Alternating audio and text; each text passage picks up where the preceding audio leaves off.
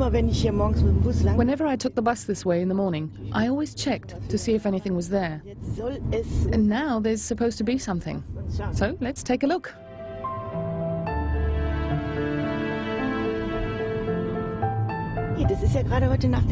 This just appeared last night. We just heard about it, so it was discovered today. And because the field is likely visible from the road, a lot of people have probably seen it. Sometimes you can't really see it if the ground isn't entirely flat.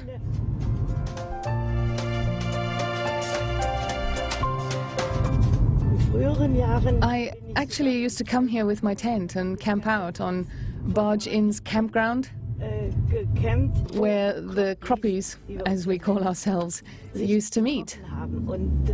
There it is. I see it. Yeah, there are quite a few people. Oh, okay, you need to turn around here. Wow, that's really something. Man, that's beautiful. That's incredible.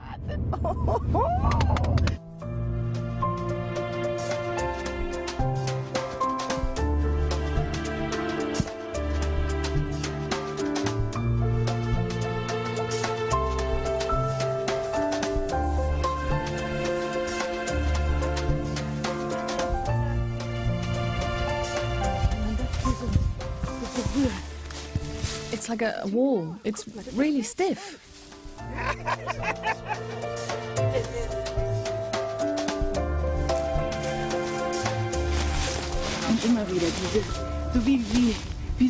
Like a river, like water flowing around.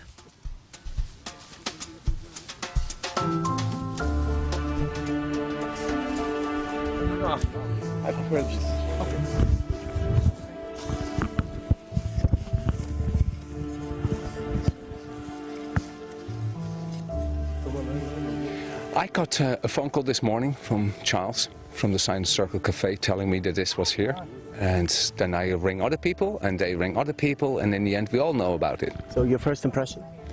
Looks good. I like it a lot, but you have to see it from the air. This is one of those things that you have to fly over and you have to absorb it while you actually go in the air and see it from high above.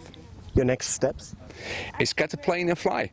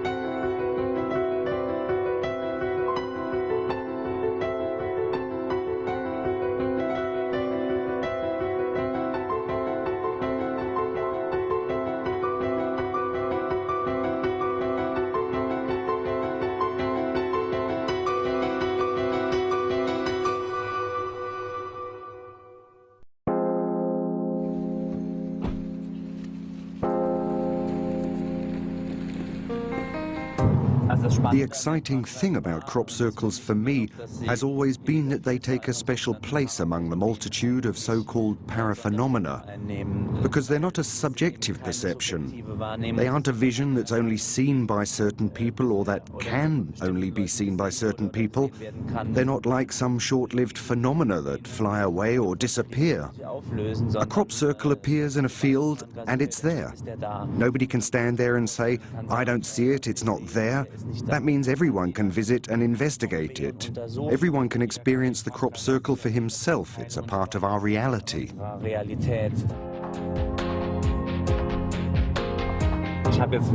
I've seen at least 600 to 700 crop circles myself. It's not like the first time anymore, but you can compare it with a crime scene investigation. It doesn't help the police if 100 curious onlookers have already trampled all over it.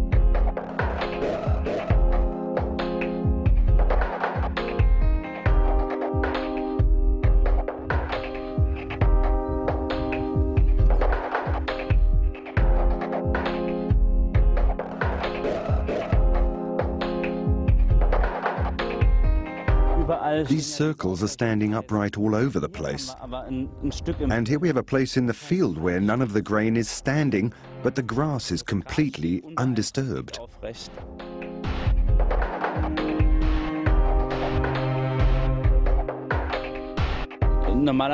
I would say that if someone stamps all over it in the middle of the night, they'd hardly distinguish between grain and normal grass. We've also had other cases where non-native plants are in the field and are left untouched. This shows that whatever affected this type of grain practically conforms to the resistance given by these plants.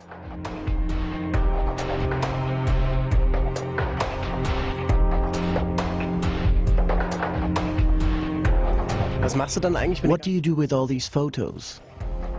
They are archived and some of them are geometrically evaluated. Diagrams are also made on the basis of aerial photos. Books and calendars are made, but that's essentially a side effect. It's primarily all about documentation.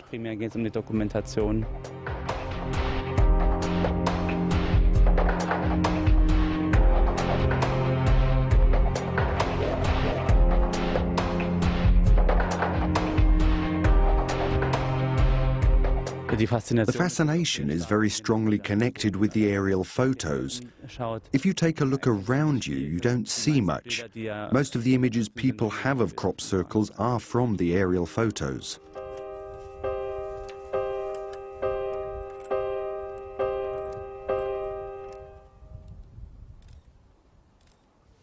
The most important question for crop circle research is whether there is a real phenomenon, meaning something not made by the hand of man. And we've come to the conclusion that yes, this is clearly a real phenomenon, and it can be proven. There is a whole range of indicators and hard evidence that satisfies even the most stringent scientific standards. We started testing crop circles all over the world. By now, I would guess that at least 350, maybe, I haven't counted them, maybe it's 400, that we have sampled in 8 different countries, 8 or 9 now, including Australia, Israel, Canada, the United States, Germany, the Netherlands.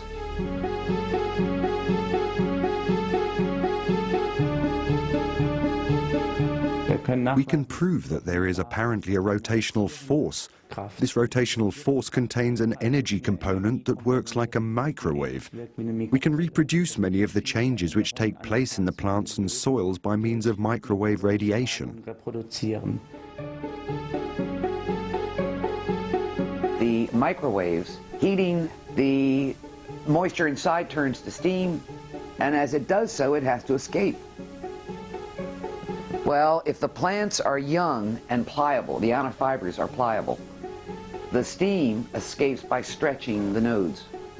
That's how you get the elongated nodes. If the energy is extremely intense, and or if the crop is old and the fibers are tough, then it can't get out by stretching it because the fibers won't stretch, or it's just too much energy. Then it blows a hole right out at the node. Die If we see it as a simple circle, the extent of the damage to the plants decreases as you go from the center to the edge. And that's exciting because we can, in principle, deliver the proof that we're dealing with electromagnetic radiation here. The so-called Beer-Lambert principle, the effect of electromagnetic radiation on matter. In this case, represented in plants. And we can see here that the changes in the points in the center are the strongest, and they gradually decline outwards to the edge of the circle. And that is, in any other scientific research, clear evidence of the effect of electromagnetic radiation on matter.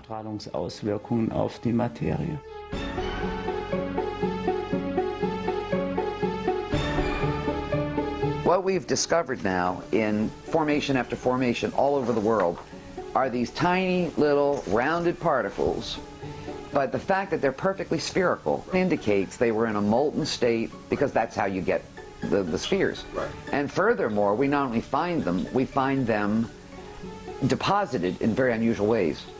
Sometimes they're deposited at the edges of the circle only. Sometimes they're deposited very definitely in the middle. And even more interestingly, sometimes there's a linear deposition, meaning that you'll have perhaps the least at the center, a little bit more 5 feet out, a little bit more 10 feet out, until you get the greatest amount at the edge, but in a clear linear progression. We have also found changes in the soils which we have analyzed.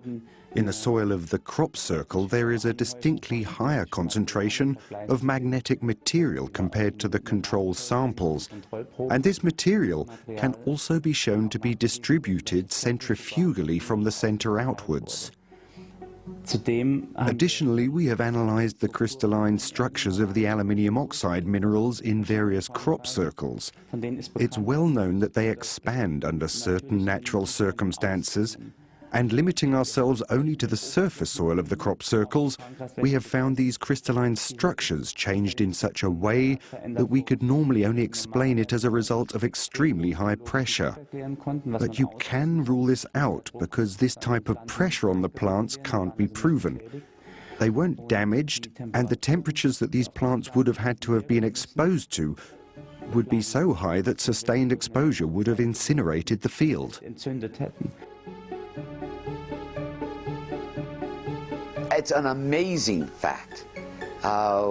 This kind of alteration in clay minerals is normally associated with sedimentary rock.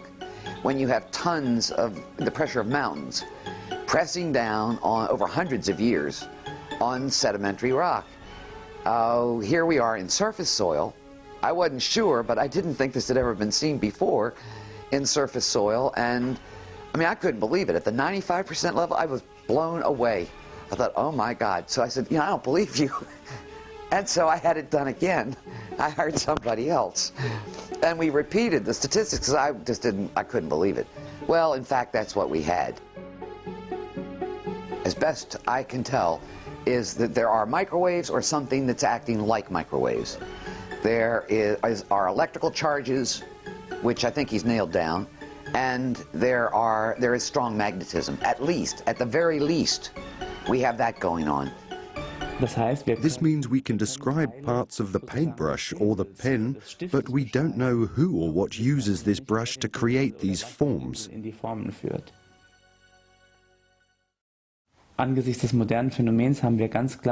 view of this modern phenomenon, we very clearly have a geometric evolution, from simple individual circles to systematic orderings, groupings of multiple circles, ring systems, all the way to pictogram-like patterns which have become much larger and more complex. We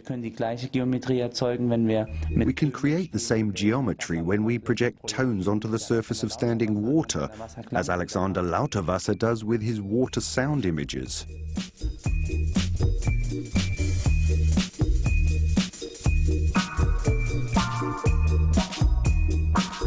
Und da entstehen Perfect patterns as though they were created by a compass arise, which we can see not only in very complex crop circles, but also in nature's diversity. der Natur.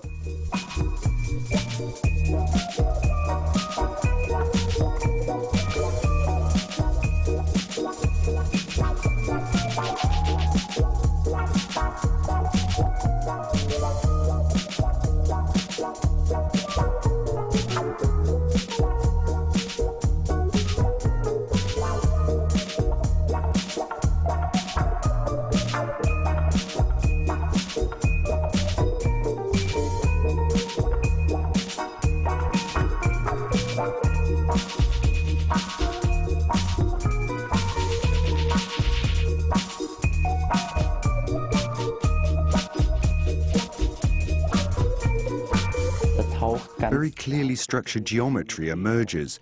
Interestingly, this is the type of geometry we're talking about when a peacock displays his feathers and your eye connects the individual eyes with each other. Haben wir die gleiche Geometrie. Deswegen stellt sich für mich That's why the question remains for me, is it possible that the same phenomena, the same stimuli that create a flower, the forces that ensure that the peacock's feathers conform to this proportional and aesthetic picture, also interact with what creates the crop circles? kann, was nachher die Kornkreise formt. I mean, the shell of a seashell, snowflakes. I mean, there are millions and millions of examples of nature creating incredibly intricate designs. Nature creates designs everywhere, all the time. Da gibt es teilweise selbst ganz komplex. There are also very complex crop circles that nevertheless take on nature's language of shape and form. For this reason, one could pose the theory that we're dealing with an as yet unknown natural phenomenon that possesses components that we don't understand. How are things whose geometrical equivalents are found in the diversity of shape and form of nature's bounty geometrically carried over into a field as a crop circle? We see this in crystalline structures, in the formation of a blossom or of a beehive, for example. So I can imagine that we have various sources of what we call the crop circle phenomenon. Was wir im großen Gesamtpaket als Kornkreisphänomen bezeichnen. Somehow these shapes go deep inside us, talk to us, and not on a conscious level. It's not that we look at the shapes and think, oh, that's this, that's that, that's that. But on a subconscious level, the big question is, what are they doing there? And what are they supposed to do?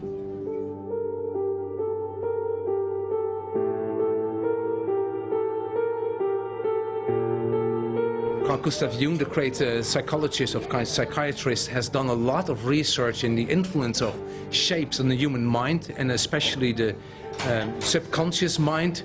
And I see lots of connections between his work and what I see in the crop circles.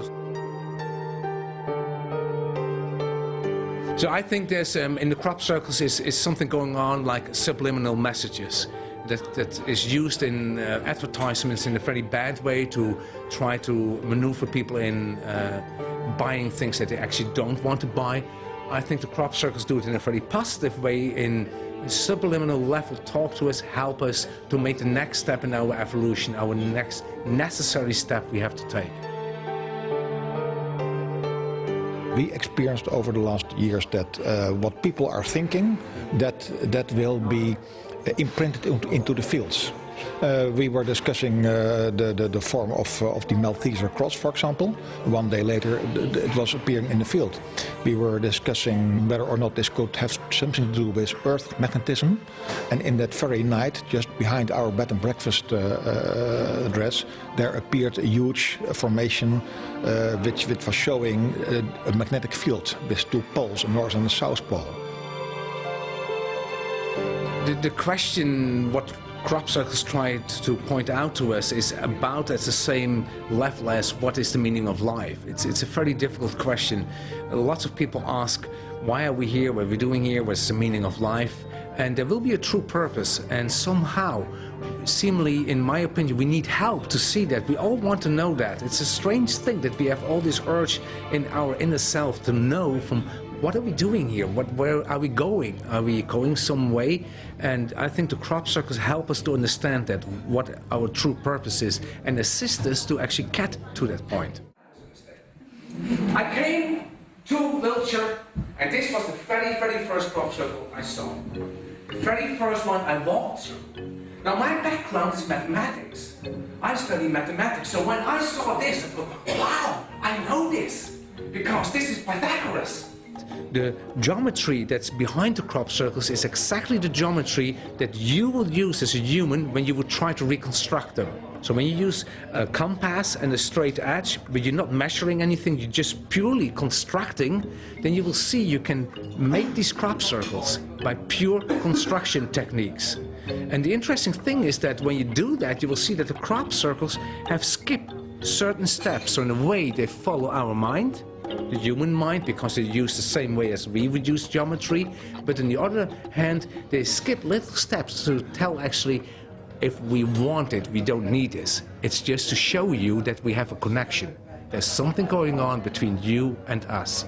And that's why we skip these steps, but on the other hand, we follow your way of thinking and your way of working. And I find that very intriguing.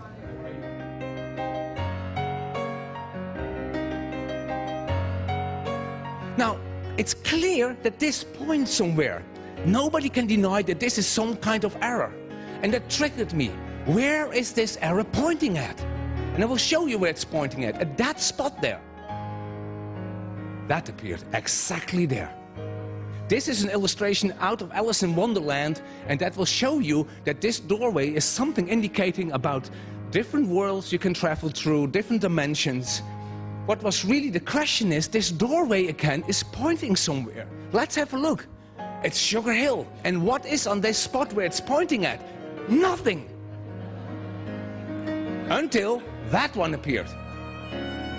I'm convinced, and I've studied that as well, that the crop circles in itself are not separate events. They're not just separate, here's a crop circle, there's a crop circle, there's a crop circle. When you look from higher up, from a bigger picture, you will see they're all connected. For you to discover look at the bigger picture, go over it, don't look at the detail, don't get lost in the little things, don't be on your knees, but try to get wings and fly over it and see the big picture. And to make it clear to us, it shows us that it's connected to geometry in the landscape. I think, again, to wake us up from just see the bigger picture. Just don't look at the little details, but see the bigger picture, and then you will see it's actually one. There's only one message there, one signal, one beep.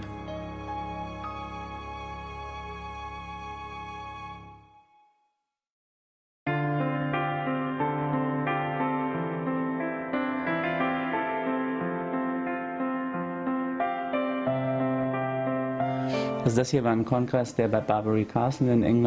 is a crop circle that appeared on the 1st of June 2008 near Barbary Castle.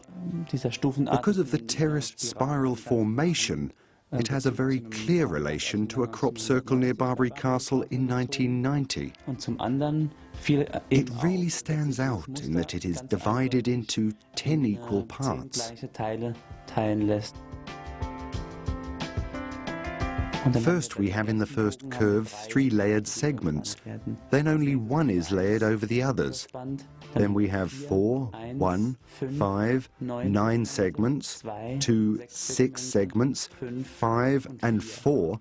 And then we find a number we can read, and that is 3.14192654. Even with the decimal point in the right place. And if you are so inclined to read it this way, there are even 3 circles at the end, which serve to emphasize the infinite nature of this number. In principle, when you see this, it is exactly what you could imagine when you think of how intelligent messages can be sent in the form of geometry.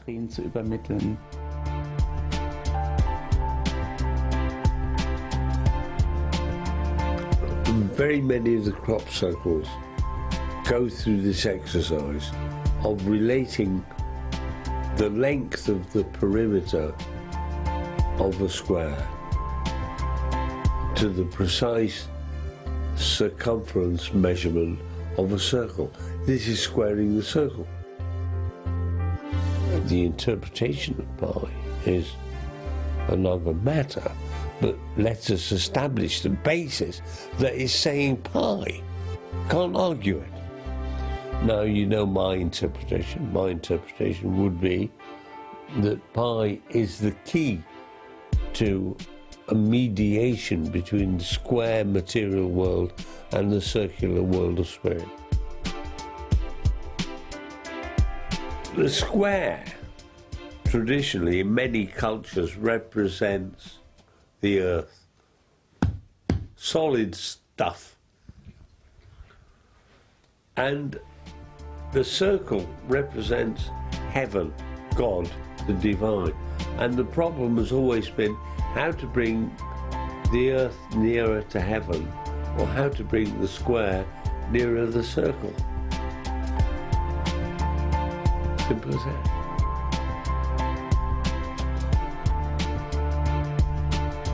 I think I can safely say that people can't do this. Human beings cannot continue every year to produce completely new themes of design. I mean, it takes my breath away.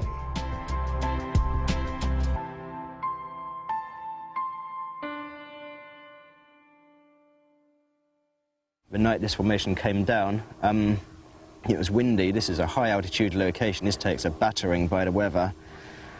So anyway, we were with two other researchers. We were the first little group of people to come in here. No footprints, no mud, no broken plants. All the centers were perfect. No sign of human activity or entry into this field. It seemed almost impossible that that could be the work of, a few humans going out and smashing the plants down with pieces of wood. It just seemed far too sophisticated, far too perfect. Some of these designs, you couldn't draw them out on a piece of paper freehand or with a desk lamp, let alone, 1,000 feet wide in a wheat field, in the dark, in the rain. Sometimes it just seemed impossible.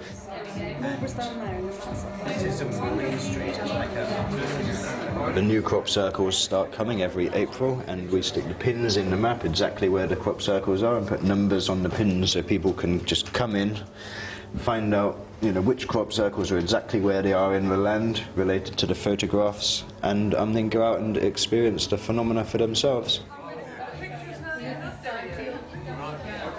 We're coming here for over 10 years, and we've seen many things in those 10 years which cannot be ascribed to natural phenomena. For example, lights floating over the fields, lights falling from the sky. Last year we saw big floating balls of an aluminium shape, 5 in total number, floating over the wheat, disappearing into the ground, reappearing later and disappearing into the trees. We made photographs of that, so we think that for a part of the crop circles are most likely man-made, but another part is, to our impression, not. Start missing, and then it's something more special. Right. If it's more than semicircles, that's a real. I mean, on one particular occasion, I was camping somewhere not far from this area, actually. It was horrible, cold, windy, dark, rainy night. I had a sudden urge to look out of my tent, and unzipped, looked out, and there's an orange ball of light. Big globe of kind of goldeny, orangey light hanging in the sky, which seemed to be about 30 feet over me. I mean, what the hell was that? I mean, it was anywhere long enough to just for me to notice and reaffirm that it physically was there, and then blink out, and that's it.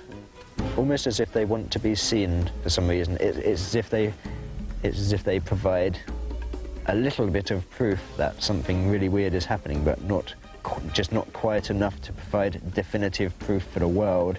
There's just enough to keep our attention, as it were.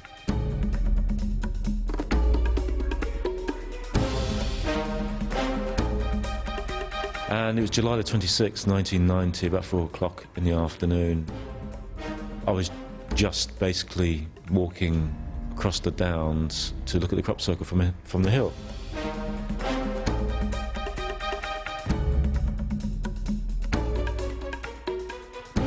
And and I saw this glint out the corner of my eye. I thought, what's that? And I picked up the camera just automatically and started filming it. And there was this bright object which was actually moving across the heads of the crop, and it arced round and then dropped into the crop, and it was glinting and flashing, and then it suddenly moved. And this was all on film. I was filming this. Could people make these formations in the middle of the night with the hours of darkness only about 4 hours before it gets light without getting spotted? If people make them all, then you have to explain why the balls of light. You know, why do people have these experiences?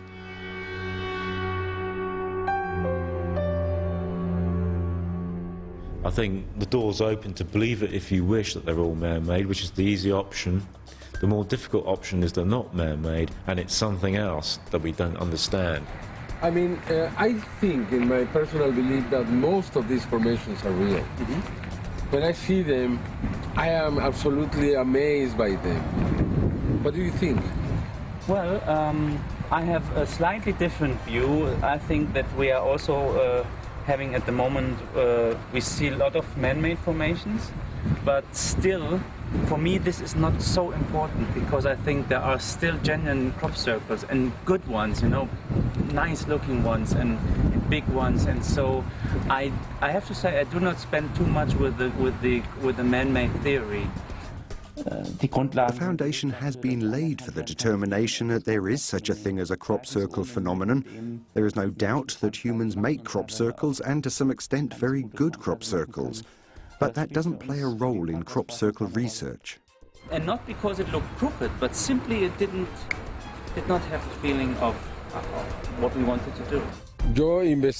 I investigate the crop circles phenomenon because I believe that there is a connection between crop circles and the UFO phenomenon. I believe that they are messages from an alien intelligence.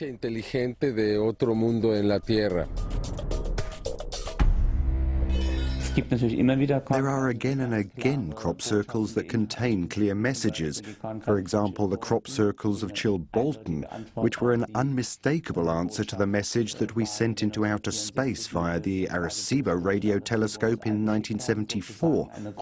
It was something of a greeting card from the Earth, upon which details about ourselves were given. The decimal system, our solar system, where the message is from, what we look like, our population, information about our composition, our DNA. And in 2001, there was a crop circle that took up this pattern exactly, but transposed and translated it into an answer. So we have the same decimal system, but we have a different DNA composition. There it's in the form of a triple helix, whereas it's a double helix for us. We have a perception of a physical structure of that which gives us the answers. We have a different population, a differently represented solar system, and we also have another form of the unit of communication, which we have expressed as the Arecibo transmitter. It was portrayed as a crop circle that was discovered a year before in the same field.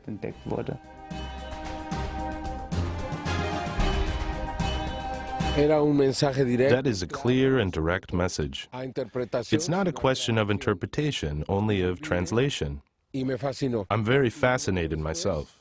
And a year later, in 2002, this form appeared with a disc, which also contained a binary code.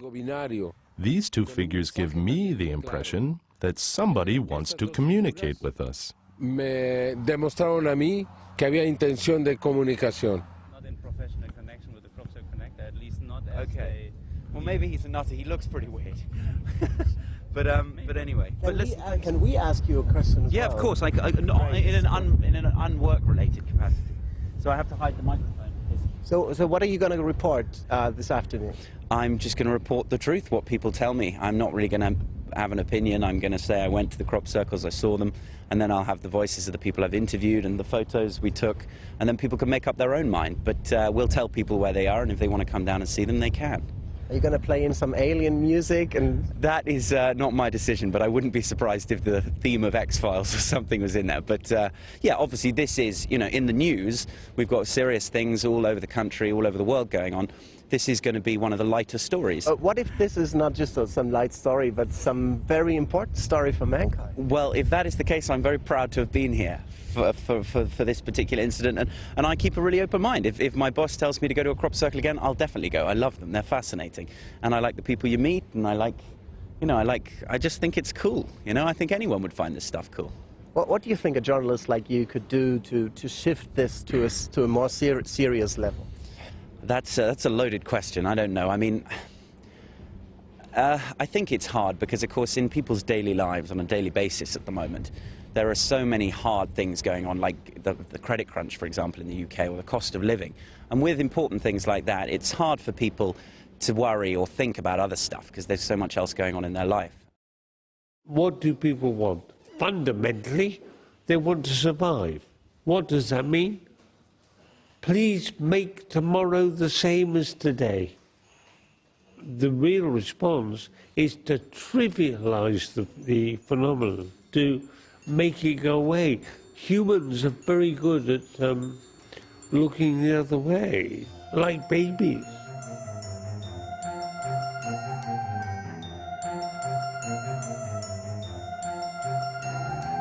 People have always been familiar with fields, especially in rural areas.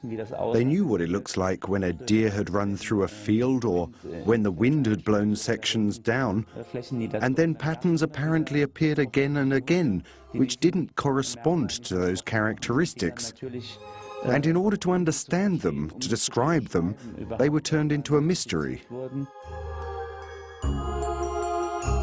The public interest has only become aware in the last 30 years, but we can trace the phenomenon much further back. The first documents are from the year 1590 and describe crop circles in the context of witch trials in Lorraine. And above and beyond that, we find descriptions of what we call crop circles today in fairy tales and in the lore of cultures around the world.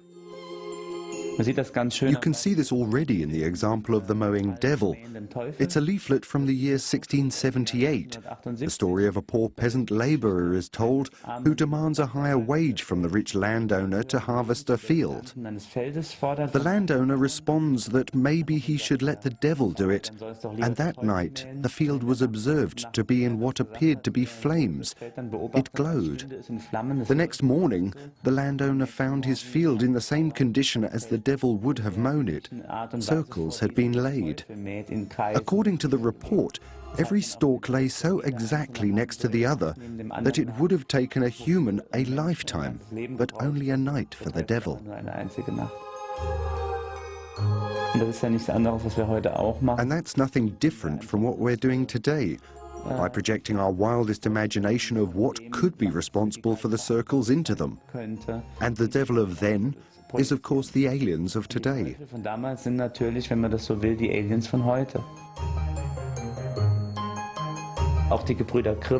brothers Grimm even described crop circle phenomena back then. They were called fairy rings then. Many people camped out on the field, awoke in the night and hoped that something would happen, but were then driven away by heavy thunderstorms and the appearance of lights. And then swans flew down and shed their feathers.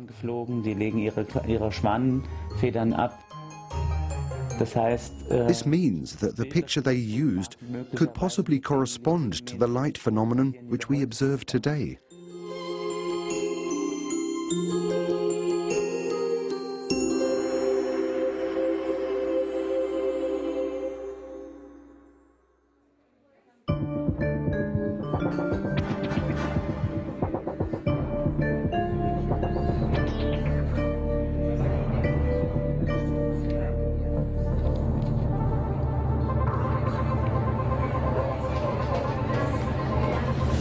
From here, you can see in almost all directions, there's a small amount of woods right to the south of us. So you'll see some trees behind us, and then you can walk all along the top of the hill, and you can see well off to the east, to the north, and to the west here. And I think there'll be enough light, your eyes will be adjusted, but you'll see there's no light, which is really great in the Valapuzzi. There's only one farm light, and so it's really, it'll be dark, quite dark.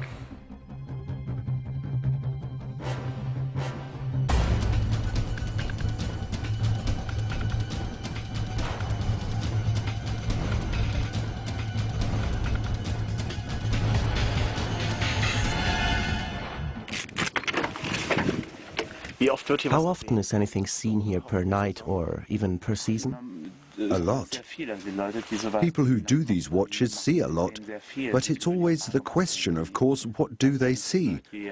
There are, of course, people who are constantly saying something, who look exactly at the military training area, and then say every night that they've seen flying lights.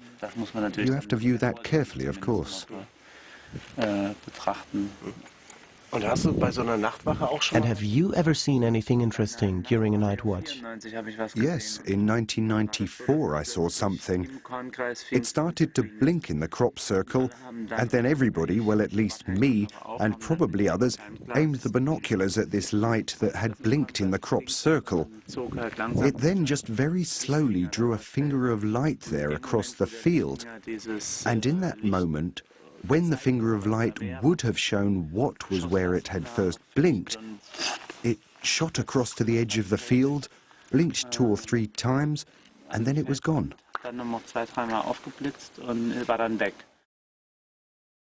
One formation which especially impressed me was a message that everyone in Mexico would have understood. This formation appeared on the 9th of August 2005 and displays the Mayan calendar. It's also called the Tzolkin.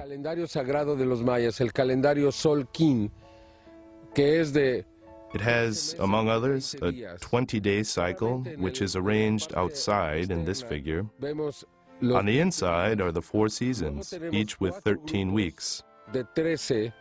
20 times 13 makes 260 days, the human gestation period, because the Mayans thought that man didn't orientate himself according to the 365-day cycle, because that is the cycle of the earth, but instead to his own 260-day cycle as a human.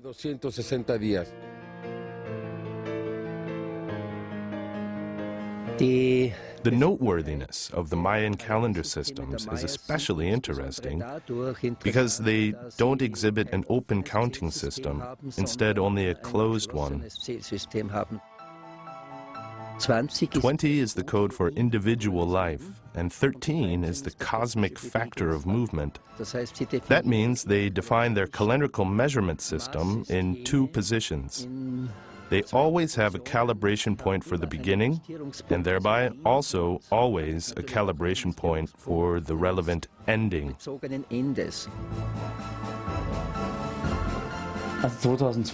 2012 is a big topic. In short, that's when the Mayan calendar ends. Crop circles have also taken up this theme and show the planetary constellation of our solar system around about the 21st of December 2012 in a crop circle here near Avebury Manor in mid-July 2008. A remarkable point ends here, which we are moving to and moving through. And the second stage is actually what we haven't even considered yet, that time is the carrier of information for evolution.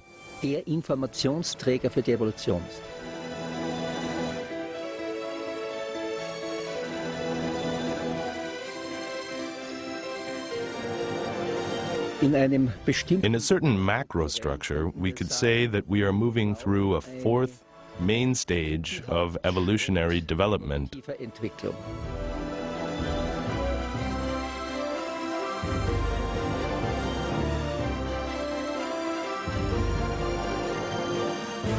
Just like every human being progresses through the phases of childhood and youth, we can also understand here why mental development in the evolutionary process has reached this quality and this standard precisely in this greater cycle, in which we now have the finish line.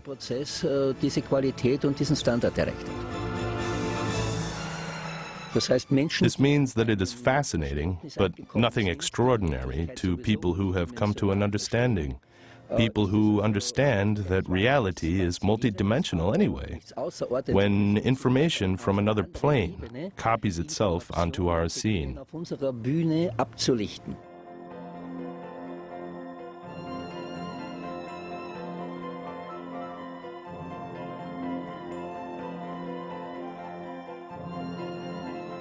What I've seen the last 15 years and what has happened to my life is that I see the amount of coincidences stacking up. So I'm just meeting the right people, just the right events happen. It's all the right things at the right time. And bit by bit you recognize there's no coincidence. There's a great structure behind that. And somehow you're very carefully led into the right direction in this whole strange world. And these patterns help that, do that actually. Talk to you inside. I guarantee anybody that comes over here looks at a number of real formations or a number of formations and learns to make a kind of a distinction, I could almost guarantee they'll go away. The hard facts regarding this situation are hard facts. You know, they're not sort of flaky claims or, you know, wishful thinking. There are certain facts which people do need to know.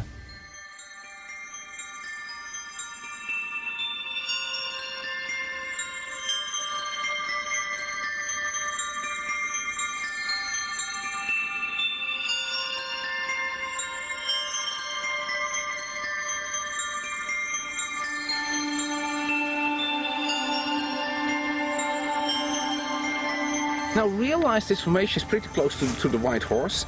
Now imagine you would make that yourself. You would actually put it closer to the white horse. It's amazing that it is in this beautiful spot, but still is a little bit away from the white horse, like it's showing respect to it. Even though when I would have made it, I would have made it much closer to the horse. So that's an enigma in itself, actually. And you know, just 24 hours ago, I was in this road thinking about this field, because it was so nice, I could see it from there. That would be very nice to have a formation here. It was not here yesterday, it happened overnight. This woman who lives up in the B&B, who runs a B&B out there, yeah. They've actually walked down here. It wasn't here at 5:30 in the morning, so that's when she was walking through. So this must have been done sometime after at 5:30 in the morning today. This is my first encounter on a corn circle, and I'm sceptic, like, you know, but I've got my views now on it. I don't think it was man-made.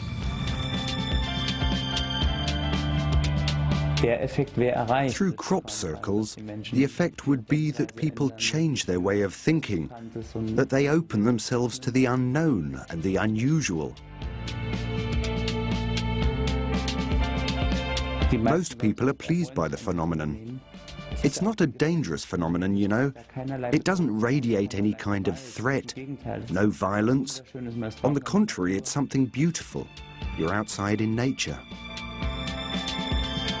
It doesn't matter what you do with it, whether you see aliens in it or messages from nature. It's not primarily about that, but simply an invitation to think differently.